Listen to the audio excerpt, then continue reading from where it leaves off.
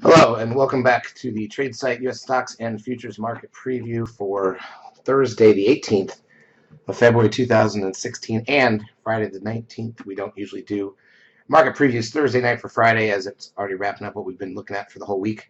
This was no exception. This is options expiration week, and we did not get an options unraveling move. We'll look at the intraday action here. We got a big gap again in the market. We'll go through the daily charts, and then we'll look at the intraday action. We'll talk about what to expect the next 2 days with options expiration on Friday after a short week and CPI Friday, some other minor data points on Thursday. Crude oil climbed $2.15 to $31.20. That was a decent move up for crude. Gold climbed $2.40.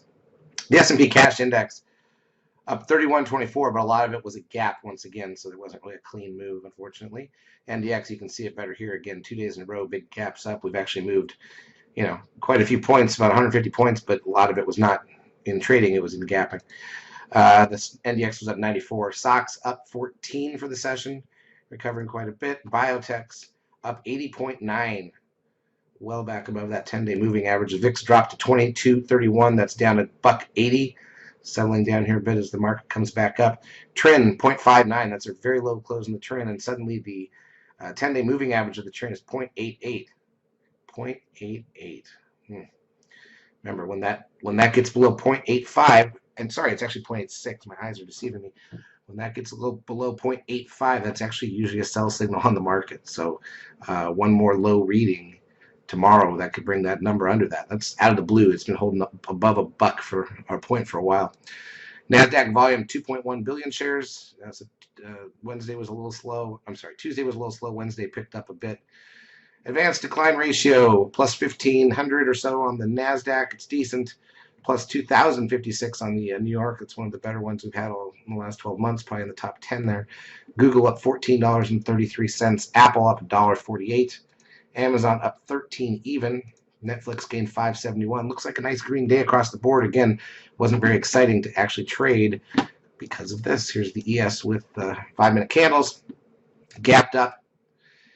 Pushed, very brief attempt to go lower, and then pushed higher, and then topped out going into lunch with a 13 sell signal on the 5-minute chart. That ends up being basically the high. You'll notice the pink risk line was exactly the high from that call, and then look at that last 4 hours of the day or so, just horrible, stuck in like a 5-point ES range, just like the prior day. So that is not an options unraveling move.